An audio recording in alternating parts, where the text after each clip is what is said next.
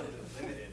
But it didn't seem like, it seemed like a lot of the people you interviewed weren't doing, they weren't like in dire straits, they weren't really suffering.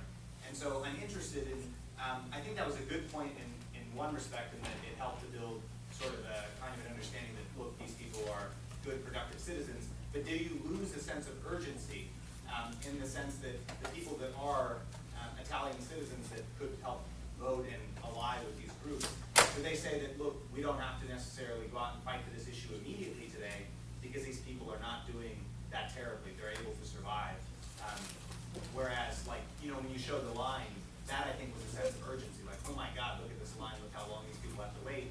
But because most of the people you interviewed weren't in that kind of a perpetual state, I don't know if you feel like you had to trade off on a sense of urgency where people might not be as ready to act. And then the second question was just from the email that I received, and it's to all the panelists, which I think is a great question. It goes, how can film do other things aesthetically, effectively, politically, pedagogically, beyond what academic research can do? And so I was interested in if you could, all three of you could elaborate on that point as well. Yeah, film or documentary or everything that's also going to be art, theater, or music, or happening can try to attract much more people to engage for some issue, and so obviously they can, and particularly now the audiovisual with internet, YouTube, the social network can go much more faster, and so everyone can see a documentary or a clip, just 1 minute, just to start a conversation or to think about an issue, and so they are really important. And I try to highlight the documentary, but also in the many tours that we are doing in Italy, the relation between being citizen and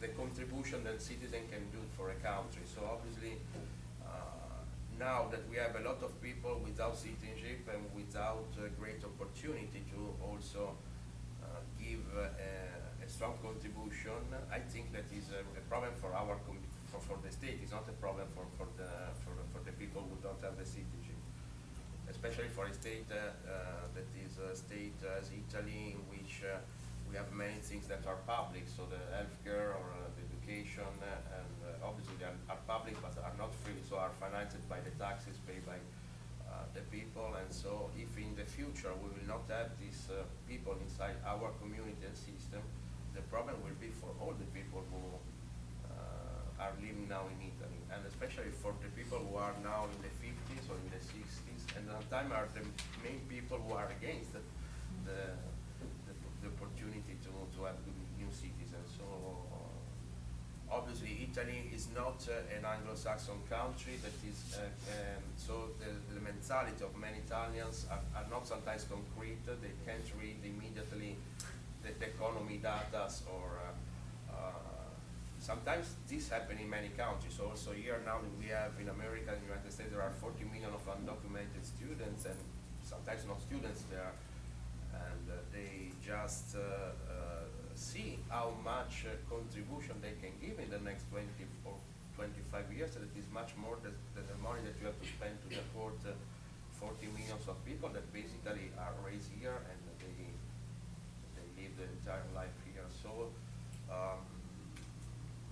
I think that it's the time that maybe, and now in this moment many Italians, they understand that it's the right time to change. Also because they came also under things that are totally different, but sometimes are much more popular as the sports. So now in the Italian sports it's really clear that there are a lot of people that are especially African roots, and so it's something that it seems that suddenly the Italian society is wake up and say, oh, we have a lot of people that came from different roots. So obviously I think that maybe this can help to understand that it's the time to change it.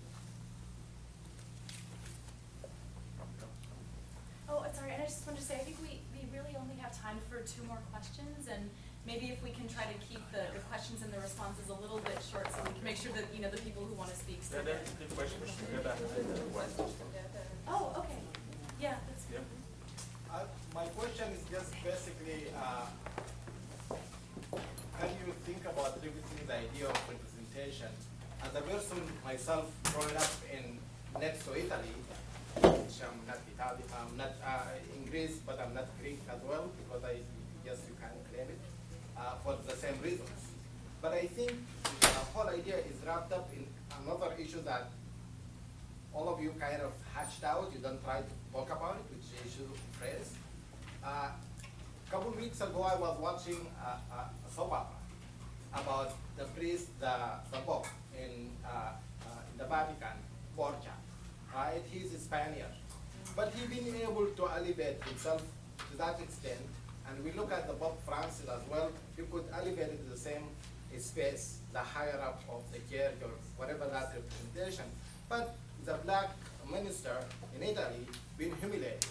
So I want all of you to address the idea of how people of black skins always been humiliated, regardless of any other idea.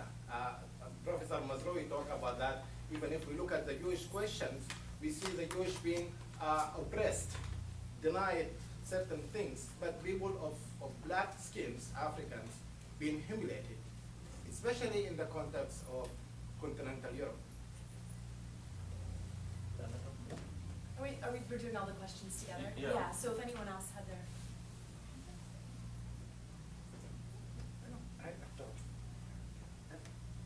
Please. I just wanted to add, like, you know, that there's also like a large issue that was not mentioned here, that it's really kind of a battle between these two types of national identity. Also, it's not just about citizenship, it's about identity defined by ethnicity, by blood, and identity defined by territory. And while in Americas, it's kind of, you know, the territorial identity is more of a norm, it's never been a norm in Europe, it's very new. And another thing is, it's also important to put it in the context that Italy is a new country, just like Germany. It was built on this blood identity in the first place. So they really have a hard time like adjusting to a different type of national identity, right? So I think Germany finally went through and they changed the law in 2000, right? Yeah. Had a similar problem with Turkish immigrants. I don't know about Greece, if it's changing at all or not. But it's just kind of like add this context that, you know, Italy has special issues with ethnic identity. About black in Europe, I'm not. No, I just for the Italian identity, obviously. The national Italian identity is very complex. It was complex before the phenomenon of the immigration, because it was just complex between South and North, or sometimes from the same identity of the people born in the same city, whether in Berlin, in Florence, or so it's something that is weird. And sometimes this is also the reason because it's a country that has a lot of difficulties to accept the new people, or the new, because sometimes we were just too divided by Italians, and so. And now I don't know how it will be difficult or easy for many people who are born and raised have an identity and a multiple identity. So, and I'm sometimes confused what does it mean actually now the Italian identity. Maybe 20 years ago was much more, so maybe we are doing the same process that other states did in the last 100 years. Also, America had two different times in which they are doing a process of inclusion of diversity, because there is an historical moment. There was also another moment during the civil rights, and another moment last 50 years when there was much openness to all the immigration again from different countries, from Africa, Asia, and so obviously I think that the country in which I'm living is trying to find a way to include all the people, and unfortunately, maybe till 12, 10 years ago they didn't seem to have this goal. So maybe now that they have to do, maybe they will try to find a way. I have a quick comment about that data. I've been working, volunteering, doing various festivals in college in the 90s on immigrants in Bologna, and I really feel like it is about color, it is about skin color, and that's where things get rough. So even like aspirations for people from Romania or people that are whiter, they are different.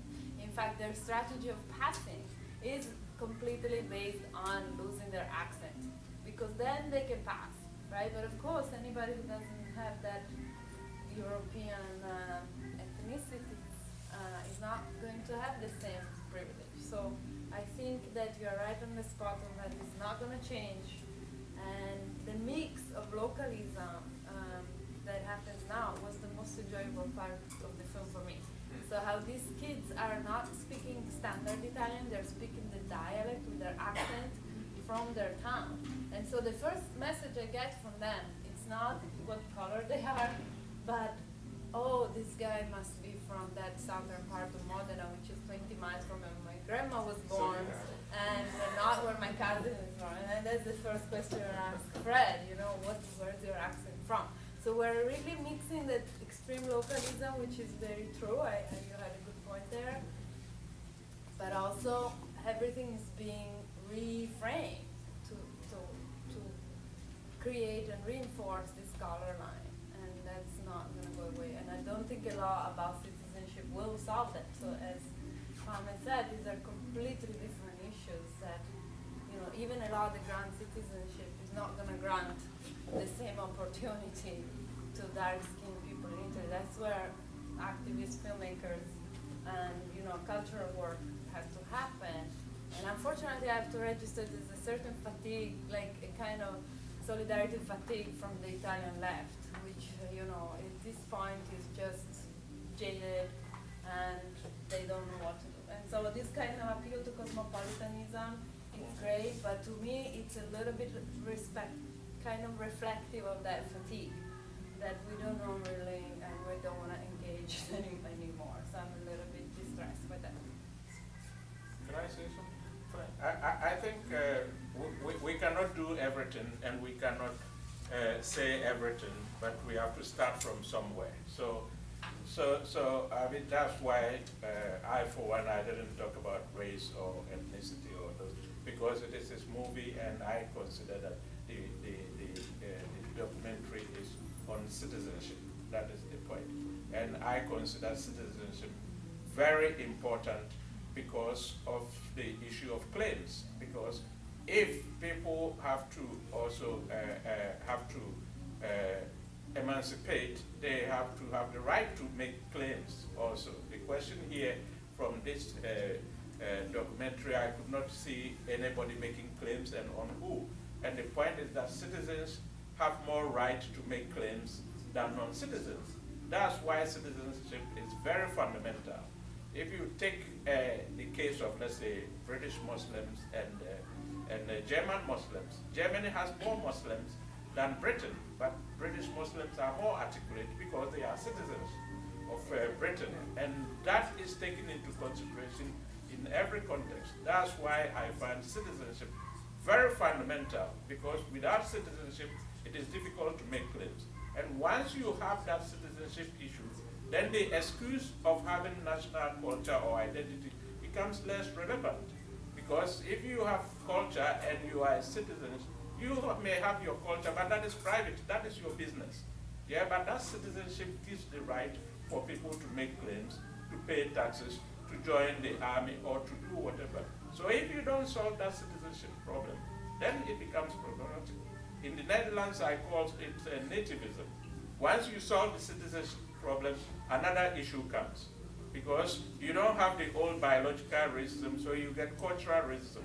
And even if people do not want to talk about it publicly, they resort to what I call nativism. That is an inherent idea that the natives have some rights, more rights than others who have the other citizenship. So citizenship gives the equal rights, but then one is saying in code words as if you should consider us also. Yeah, that they bring some, so the issue of national interest becomes intertwined to race, so to speak. So that dynamism of racism is also changing.